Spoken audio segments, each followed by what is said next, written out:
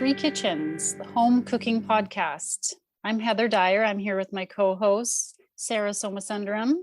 Hi, guys. Hi, Sarah. And Erin Walker. Hello. Hi, Erin.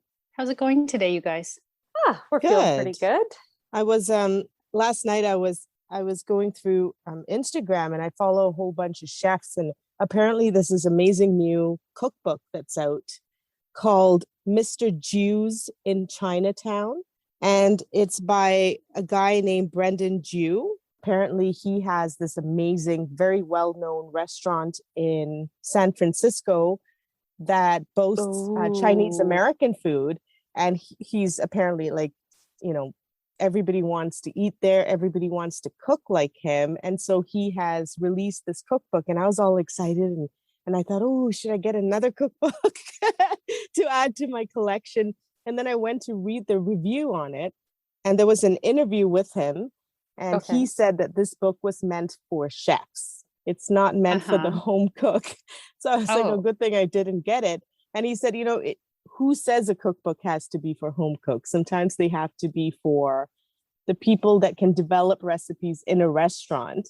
And so this is what the cookbook is for. And I was like, thankfully I didn't buy it. Thankfully I read into it, because I wouldn't want to own a book like that.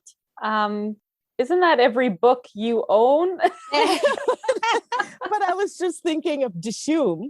That's exactly where my mind went to. Yeah. And Dishoom, they never claim it to be a book for chefs. It's supposed to be for home cooking, but it's a lot of time and a lot of effort and a lot of bad words. And so I'm like, I do own something like that. I wish someone would have just sort of introduced or told me about that book and said, it is for a professional and not for me. Does that just mean it's more complicated, like more technique without explanation, because a chef would already know the technique and so they don't need the explanation? Or how is it written differently? I don't know about Mr. Jews in Chinatown book, the cookbook, but I think it is meant for someone with a lot of equipment, right? For one thing, and I think you're not going to spend a lot of time on a recipe unless, there's good reason for it, right? I hear that complaint from a lot of chefs that the recipes that they develop for cookbooks for the home cook, they have to modify quite a bit. That's because of the equipment and because of having to reduce it down to 4 serving size. Yes. When you think about it, they've got huge equipment and huge mixers and huge stuff that I don't even know about that produces large quantities of things in a specific way that you can't really recreate on a smaller level. And so they kind of rewrite the cookbook for the home cook. And to be fair, because I always try to get people to buy Dishoom, and then I talk about it, then nobody wants to buy it. I'm not very good at promoting it. But to be fair, Dishoom does that. But for the home cook. But some of the recipes takes a 3-day prep. Yes. Right. So you're planning, if you're that kind of person and you really want to up your Indian cooking game, do it. Yeah. But, it takes a little bit of planning. Right? I follow a chef who talks about the Dishoom cookbook, and I'm like, she's a professional chef. She owns a restaurant in England. She's been on Chef's Table on Netflix, and she talks about Dishoom as a cookbook. And so that's the audience. Someone should have told me that was intended for, and Sarah made a mistake. I fell for it. But you know what? I'm trying 2 more recipes from that cookbook, because I opened it last night too, and then I'm like, gonna do this, and I'm gonna do this, and you can do it. But it's kind of fun to be pushed outside of your comfort zone. I mean, it is. Yeah. I think we all are okay with taking a challenge and being stumped and failed, and we're okay with going through that process, right? If not, what are we doing here? Why are we talking? No, that's true. That's true. That's the whole thing, isn't it? It is. Yeah. So what's your challenge today that you're taking on, Heather? Okay, this actually, now that I've said that, it's not so much of a challenge. It's not challenging, which is also nice too, Yes, right? that's good Sometimes too. it's nice to have Absolutely. something that part of it is new, or it's a new way of putting it together, but it's actually not a challenge, but I think it'll just be fun to do. So I'm talking breakfast, and specifically chia pudding. Have you guys had chia pudding I have before? not. No. No. Oh, interesting. Okay, I'm gonna have to share with you then. Oh, excellent. I'm just going to say I've never had it every time someone says No. something, I will still and then I'll share. get a taster. And then you'll be like, well, I did have it before. Oh, right. That's like what she did with the right. bow. Oh, That's right. right. Now I remember. Now I remember. That's how I get free samples. That's okay. Well, chia pudding is something that we discovered a few years ago, and we used to have it. My husband and I, the kids aren't really crazy about it, but we used to have it for breakfast quite a bit. You make it the night before so that you have Okay. it for breakfast, and then you're not tempted to eat like toast or muffins or the carb stuff that the kids typically eat. Right. And it's all ready and in the fridge and ready to go. So this is low carb then? Yeah. I wouldn't just eat it for breakfast. Eat it anytime. It's literally pudding. So, yeah. And our favorite was chocolate and peanut butter. So that just tells you right there. Ooh. It's like Yeah. dessert. No kidding. For breakfast? Yes. Or anytime. So let me tell you how you make it. Chia seeds. I assume you've at least seen them. Mm-hmm. They're the seeds from the chia plant, Yes. which I believe is native to like Mexico, Central America. Okay. And it was a part of Aztec and Mayan diets, kind of like quinoa. It's like historically that type of grain. Okay. There's white, black, brown ones. I find black is most commonly found in the store where I shop. So that's what I buy. Okay. I've only seen the black ones before. So that's interesting that there's more varieties. Yeah. And I don't know if it's different type of chia plant or if it's a different harvesting or, I have no idea about that. When you soak them with liquid, they become like a gel. Yes, I've seen that. Right. Which is why it makes a pudding, because you soak it with milk. I use almond milk. Okay. Usually some kind of sweetener like maple syrup or honey. Yeah. And that's the basic pudding. And then you want flavor, obviously, because chia is not going to really taste like anything. So right. Okay. That's why we do chocolate peanut butter. Put cocoa in there, peanut butter, mix it all up, let it sit overnight in the fridge. And then the next day, you've got this yummy pudding and you put toppings on it, like coconut or nut. Yeah. Or like mini chocolate chips, or you can put yogurt, or you can put like however you want to top it, fruit. Lots of the puddings you see are made with fruit. So you'd have like a raspberry lemon chia pudding. Okay. It just happens that chocolate peanut butter is our favorite one. And it's like approximately a quarter cup of seeds and a cup of milk. And you have 2 servings. Does it have to sit overnight? Is that how it comes together? Like it needs some time? It needs time. It doesn't have to be overnight, but you have to have it 2-3 hours probably. Right. What don't the kids like about it? I think it's a texture thing. Okay. Because it's kind of that, the seeds kind of, because they get a little bit gummy and then they can stick in your teeth a little bit. Sometimes I think it's a texture. It was maybe now they would, sometimes initially you don't like it and then later you try it again and you like it. Right. So we'll see when I make this on the weekend what they're going to think of it. I'm curious because I've never tried chia seed anything, because I think once I saw a video of the texture after it gets soaked and it seemed a little slimy, like it reminds me of okra. Have you guys ever had okra? Yeah, okra gets kind of slimy. I've had it before. Yes. I think I never went there, but now I'm curious since you're making. Yeah. So when I was thinking about this, I was like, I haven't made chia pudding in a while. I want to do something with that. And I happened to be looking through the Half-Baked Harvest cookbook, as I do. Yeah. Because I just love looking at the pictures and everything. And I was like, she has a Half-Baked Harvest Buddha smoothie bowl. And a Buddha bowl, I actually had to look up the definition because I was like, why is it called a Buddha bowl? I don't even know. And the Urban Dictionary says it's a bowl that is so full of stuff that it's rounded like the belly of a happy fat Buddha. Like a laughing Buddha. Yeah. That's a funny definition. I would have not guessed that. I know. I didn't know where it came. I thought maybe it originated as some Asian dish or something, but I had no idea. And often Buddha bowls are not sweet. They're usually like noodles. Yeah, they're more of a savory. Yeah, or rice bowl with a bunch of meat and vegetables and pile on all the stuff you like. Yeah, usually a Buddha bowl. a Buddha bowl. Usually they're savory, but in this case, you do chia pudding and you do smoothie, like a thick fruit smoothie. Oh. And then you add all your toppings, like the fruit and the nuts and the whatever you like on top, and you eat the whole thing out of the bowl. Nice. I've seen smoothie bowls where they make them really pretty. Have you seen those? Like, and they decorate them, and they have like a whole system of how the toppings go and where they go. And well, I don't know that I know the system, but I'll try to make it look pretty. I was thinking I would give the kids, like, I'll make the bowl, I'll give them all the toppings, the fruit and nuts and whatever, and they can top their own. Oh, that'll be fun. What they want. That'll be fun. Yeah, that'll be nice. That's really fun. Yeah. And so she uses like a plain chia pudding, like basically what I just described to you, with, I think, maybe vanilla as like a flavor, which I'm thinking I'm not going to love a super plain chia pudding just based on my experience so far with chia pudding. But I'm going to give it a shot because that's her recipe. And maybe you need that kind of a little more plain balanced with the smoothie.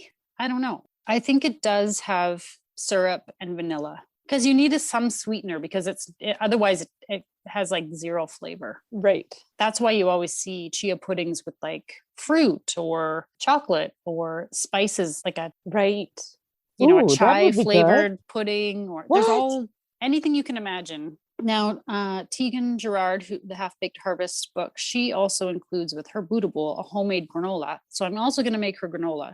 I want you to share that. Yes, it looks so good. And I've tried to make granola in the past and I didn't love it. I don't love the way it clumps. It ends up being just sort of like crumbs. Yes. And all the pieces don't stick. And so I'm hoping that I'm giving it a shot. We like her recipes and they're usually really good. So I'm going to go with it. It's called a maple roasted pumpkin spice granola. Oh, I hope that turns out, because I have also been disappointed by granola over the time. And so I don't have a recipe that I really like that much. So then I end up, I'd like to eat it more, but I don't. So, I'm excited to see this. Yeah. And my kids eat a lot of granola. I end up buying a lot of granola because they eat it. They eat it just plain. They eat it mixed with yogurt. And so it would be great to find a recipe that they enjoy that I can make at home. And yeah, totally. When you buy the granola from the store, is it better than the one you have made in the past? Okay. Yeah. Because it clumps better. Yeah, it's like sticks together, and so that you get those clusters as opposed to like the nuts and the oats and everything is like individual. Gotcha. Okay. Yes. I've never figured out how to get it to stick well and taste good. Right. And I'm not going to use corn syrup. And what is granola made of? It's typically oats, nuts, seeds, and some kind of sweetener, like something with some sticky to hold it together, like a syrup or a sugar of some kind to hold it so it sticks together, and spice. Often there's like this one, I'm assuming pumpkin spice has your typical nutmeg, cinnamon, clove, maybe, I'm not sure. I do have that pumpkin spice. Oh, I gave you some. Right. Yeah. So I think I can just use that. I'll see you. I think most granola recipes are like whatever you've got, like nuts and seed, whatever you kind of have handy, or sometimes they have dried fruit like raisins or craisins or something like that in them. My kids aren't great fans of like raisins put into stuff. So I'll probably just do it like hers as she's got it and see how it goes over. So that's my plan for breakfast. Sounds great. Essentially, granola could be gluten-free. Yeah, I think if you have gluten-free oats. Yeah. Oh, I didn't know that. Okay. You could probably even make a nut-based granola, like just nuts and seeds with the same sorts of spices and stuff, and mix it together and roast it. Yeah, I imagine there's paleo granola or something, which wouldn't have the grain in it. I bet you could find all kinds of. Yeah, no, that's interesting because I love granola. I love sprinkling that on everything. I especially love it on a yogurt. Yes. And I haven't done that in a long time because I just kind of gave up on the granola thing. Used to be my go-to. Yeah. I used to eat coconut yogurt with granola like every day. And then the problem is I get sick of these things, just like the chia pudding we had so often that I was like, stop making it. And now I'm kind of like, I want to switch up my breakfast again. I do that too. I find one thing I love, I eat it until I'm sick of it, and then I drop it. I know. And forget about it. Yeah. And then you forget about it. And then when you come back to it, you're like, oh yeah, I do like this, but maybe in moderation. Yes. That's it, isn't it? Yeah. So I mean, it's pretty simple. It's not really testing out something new, but putting it all together into the bowl with the topping, that is kind of new.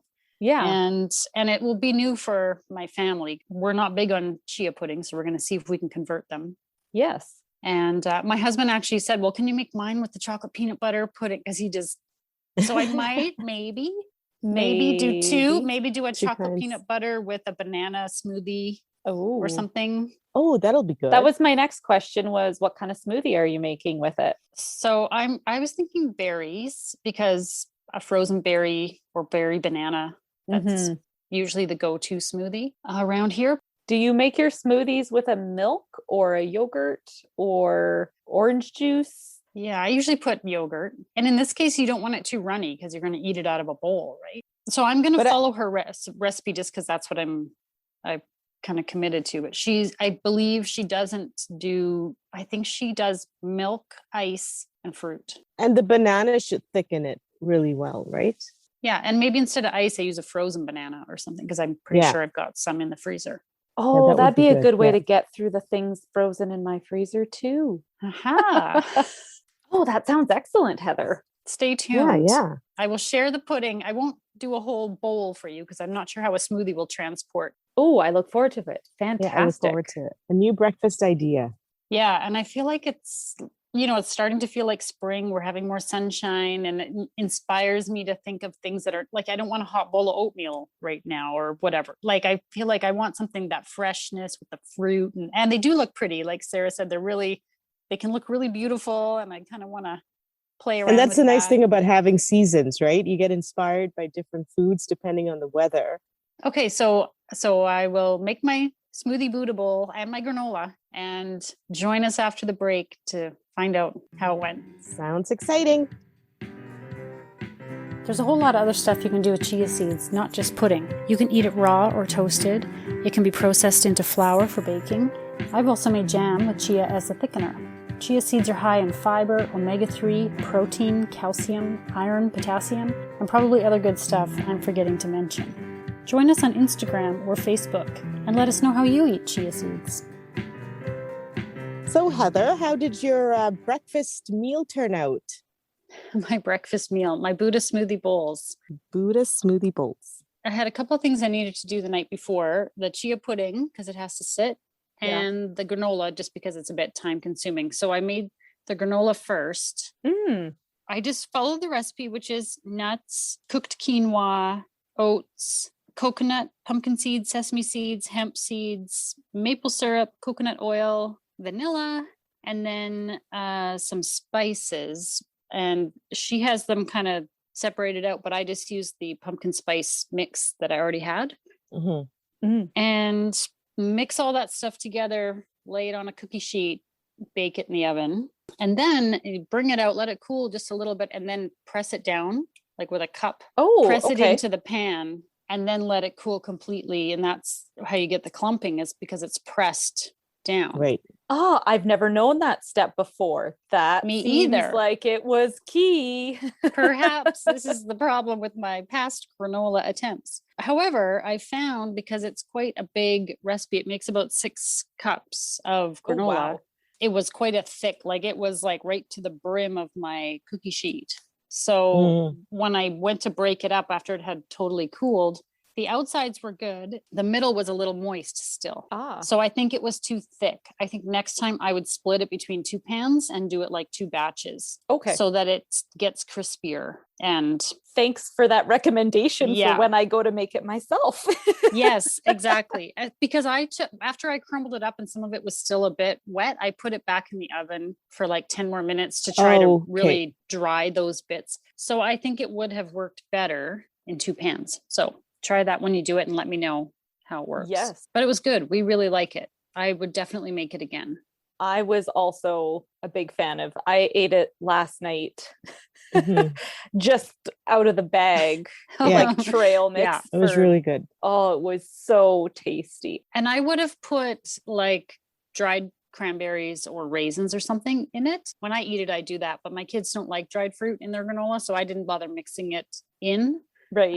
But you certainly could put any of those things that you like in there. So the chia pudding also is made the night before because the chia seeds need time with the milk in order to plump up and make themselves into pudding. So I made 2 versions. I made the one from the Half-Baked Harvest book that goes with the smoothie bowl, which is just a plain chia pudding. It's just chia seeds, almond milk in this case. You could use whatever kind of milk you like. Yeah. A little bit of salt and honey or maple syrup and vanilla. It's chia seeds are tasteless, really. So it's very plain. Knowing that it would be quite plain, I also made the one that we tend to like, that we've made many times, which is the chocolate peanut butter, which also has cocoa powder, natural peanut butter. Well, any kind of peanut butter, really, but I like it a little less sweet. It also I think it has maple syrup as well. I think if you used a sweetened peanut butter, like the regular old peanut butter, you would probably not put I wouldn't put a sweetener in there. But with the natural peanut butter that doesn't have any sweetener, maybe a little of the maple syrup or honey. So the reviews of the pudding, just the pudding itself from my family, the kids were not crazy about the plain one. In fact, neither was I. I thought it was you need something with it, which is probably why she puts it with the smoothie, because the smoothie is a strong fruit flavor. Yeah. The pudding is simple and plain. So the kids didn't want to eat the plain one, with or without the smoothie. They tasted the plain pudding and they said, no, thank you. I loved it. I loved the plain one too. I'm right with you, Sarah. I thought I just sat and I ate the whole thing with a spoon, like bite after bite after bite after bite. What toppings did you put on it? Chia pudding typically has toppings put on. I just ate it plain. I did both. I did half with like plain, and then I threw the granola into it, and I had the rest of it with it. I could do it plain too. And I loved the chocolate and peanut butter one too. It was a little bit, but I would not eat it for breakfast because I'm not a breakfast person, but totally would have it as a mid-afternoon snack. Absolutely. My kids would eat that for lunch. And I find it's good for that too. Just in those little bowls with the chocolate and the peanut butter, they would be all over that. And there's all kinds of, if you just Google chia pudding, there's chai spice, there's different fruits, there's lemon, there's the chai spice. Okay. Holy crap. I love it, Heather. Like I really love it. It was really good. I'm definitely going to be making it for myself. The kids didn't try the pudding. My husband and I did. We both loved it, but they loved the granola. Loved it. So that's definitely a winner here. I was thinking that the Buddha bowl as a whole, so you've got the smoothie on one side of that, you put the pudding in the bowl, and then you pour smoothie in there to fill up the rest of the bowl, and then you put all your you put whatever toppings that you would put on your pudding or whatever makes it pretty, right? So I put fresh fruit, granola. Okay, I have a theory on this. Okay. I think people put Buddha smoothie bowl in a cookbook simply because it makes a pretty picture. Okay. I mean, yes, it tastes good. Sure. Yeah. But it's a shit ton of work. So you've made your pudding, then you got to mix up a smoothie, and then you got to chop up all these fruits. And if you want it to look like the picture, then you're placing it neatly on there. If you've made granola, you've done that. You're putting that on there. You're like, I think it's about the pretty maybe colors.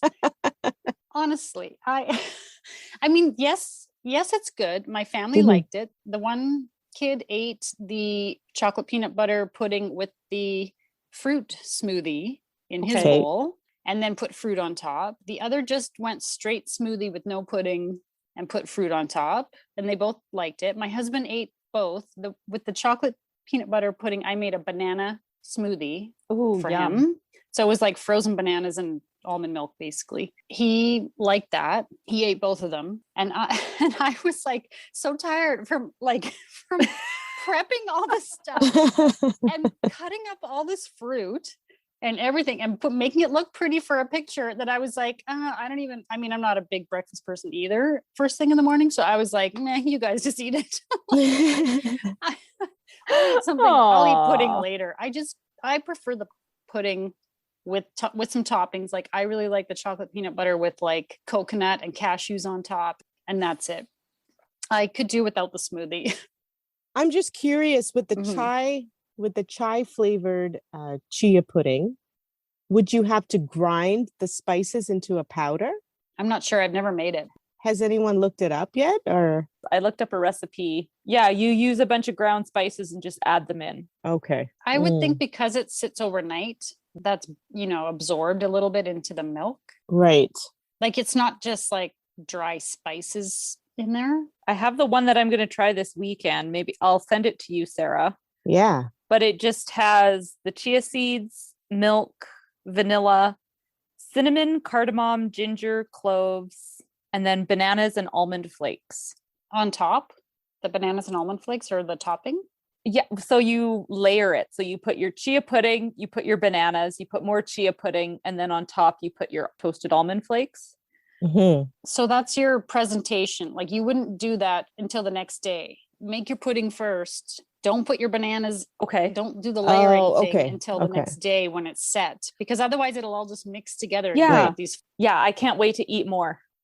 Yeah. And I noticed, I know we talked about this when I handed it off to you, that with the plain pudding, the seeds kind of settled on the bottom and the milk was still liquid on the top, which at first I was like, oh no, it didn't work. It didn't set. But once you stir it all together, it was good. But the chocolate peanut butter one was not so separate. Like it seemed to be, maybe the peanut butter helped to suspend the seeds and like they didn't just sink to the bottom of it. Almond milk is a lot thinner, right? Like it's. Yeah. I was going to ask, what kind of fat content does almond milk have compared to like a dairy milk? Because I will probably make this with a dairy milk. Yeah, I'd be curious to see the difference. I can't do the dairy, Absolutely. So that's why I use almond, but I don't know. I don't know how the difference would be. It might be a thicker pudding. Yeah. Well, I'm glad you guys liked it. I liked it too. I just thought it was more work than I was like typically willing to do for a breakfast, just to make it look pretty. I don't think I would make the smoothie either. I'm kind of with you on the grab and go, something quick. And to me, I want to drink a smoothie. If I'm going to have a smoothie, I want to have it with a straw.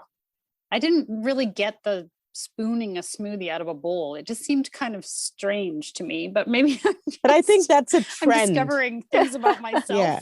But I think you hit it on the nose when you said that is kind of a trend, right? Like it's these things that are now like the photography and everything around it makes it kind of pretty to make. And it might also be something that might appeal to somebody like you or me, Sarah, who weren't super excited about the thought of trying chia simply because it looked a little too weird gooey and slimy. And it's not pretty looking. Like the plain one just looks gray. Yeah. Maybe you'd make that and then you'd be like, oh, this chia thing's not so bad. And then you would just make it without the smoothie, but it maybe warms us up or gives us a chance to get on board. Give it a go for the first time. Or maybe if you're having people over and you want the presentation, like it looks pretty. And I mean, it is like, it's not that it's so time consuming. It just, to me, felt like more work. We're used to just like, here, have some toast and I'll scramble an egg. Like it's, we don't do fancy breakfasts at my house. So to me, it felt like more work. But if I had people over, maybe at a time when we can do that again. And I think it's a good way to get kids to eat fruits and veggies. Maybe you could put like veggie in it and if you're having kids or friends or family over that have food sensitivities, this is a great thing that is yummy and everybody enjoys it. And it doesn't feel like, oh, we're all going to have pancakes and here's your bowl of chia pudding. Like, if you're doing a brunch or something, it's a nice option for somebody who is gluten-free or dairy-free or eggs. Yeah. And it looks like you put effort into it. No, I think it was great. I like your idea of putting it in the kids' lunches. I think if I can hit on the right ones that they would like in their lunch, I don't know, because it's high protein and high fiber. So you're filling up. Yeah. My kids need that. And low carb. My kids need that. Yeah. And no carbs. Yeah. Lately. Okay. I've never had crunchy peanut butter before. Oh, okay. You haven't? Okay. I had only ever eaten smooth peanut butter like my whole life. My kids are reading Calvin and Hobbes, and Calvin only eats crunchy peanut butter. And so my one little Calvin said, I will only eat crunchy peanut butter because Calvin only eats crunchy peanut butter. And I was like, sure, I'll buy crunchy peanut butter. I had never bought it before. I'd only ever had Smooth. I am now like the biggest crunchy peanut butter fan. Oh, okay. I was about to say, and now you know that crunchy is far superior to Smooth. And why have you not been eating it your whole life? What is going on with your parents that they didn't give you crunchy peanut butter? Yet another reason. It's all my mom's fault. I don't know. Blame mothers. I use Smooth because I find it's a little easier because blending that peanut butter with the milk can be a little tough to do. But there were little chunks of peanut butter that weren't blended, and I liked that, which made me go, oh my God, I can't wait to do this with chunky peanut butter. Yeah. We usually put roasted peanuts on top. Oh, yeah. But, and then you can always mix it all together. Mm-hmm. But yeah, you could make it with crunchy peanut butter too. Now that I've discovered it. Oh my God, that's hilarious. Great job, Heather. The things we're learning. Yeah. The things that are just basic that we're learning. Well, I'm glad you liked it and that I've now converted you to Chia fans. Yep. And maybe you'll find other ways. Maybe you've had my Chia jam. I may have shared it with you and you didn't realize. Because I've used it you can use it as a thickener instead of pectin and sugar. Oh. Like it's fruit and chia because it thickens it up and you don't need those other thickeners. And it's way healthier for you. Great idea. Mm-hmm. I didn't do any this past year. Oh, wow. But the year before I did raspberry chia, I think. Oh, nice. Okay. Mm-hmm. Yum. Well, thank you, Heather. I'm so glad that you chose this recipe because it has changed my life yet again. Heather's recipes are simple, but they are changing our lives. Yeah. I think that I'm not pulling my weight because I'm picking something like chia pudding. I thought I'm really slacking off here, but I'm glad you guys liked it. You're not slacking off at all because you've introduced us to stuff we've never tried before. Yeah, and like the salted lemons. I just made 2 massive jars of it. Massive. Nice. Yeah. Well, I hadn't had that before either. Yeah. So that was so good. That was another swing in the dark. Thanks for listening, everybody. That's it for this one. Bye. And now for the fine print. You can find pictures and recipe links on Instagram and Facebook at 3 Kitchens Podcast. Feel free to leave us a comment or a suggestion for future episodes. We'd love to hear from you. And of course, if you like and subscribe, that helps more people find us. And now, time to do the dishes.